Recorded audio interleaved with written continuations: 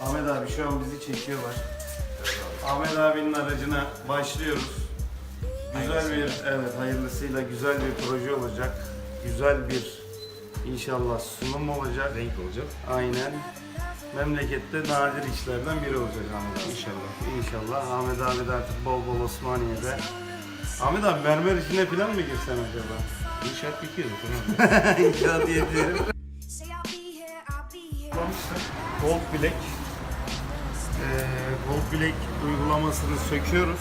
Bu aracın her şeyiyle zaten M3'e çevrilmiş haliydi. M3 ayna kapakları, M3 tamponlar, M3 jantlar, buna yay da takılacak. Ondan sonra işte yeni tasarımımız geliyor.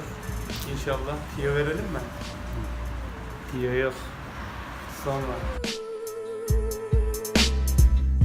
I don't want another partner, so don't try and break the spell. 'Cause I can't even understand me, so don't think that you can help. When I say things and see things, there's no way on earth to tell what I want, what I want, what I want. When I don't even know myself.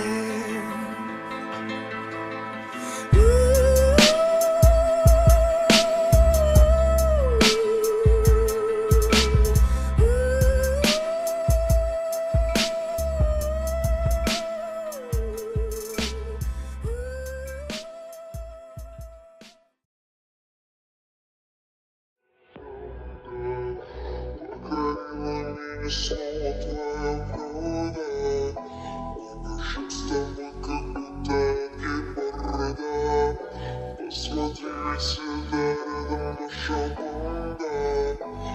Будешь с тобой как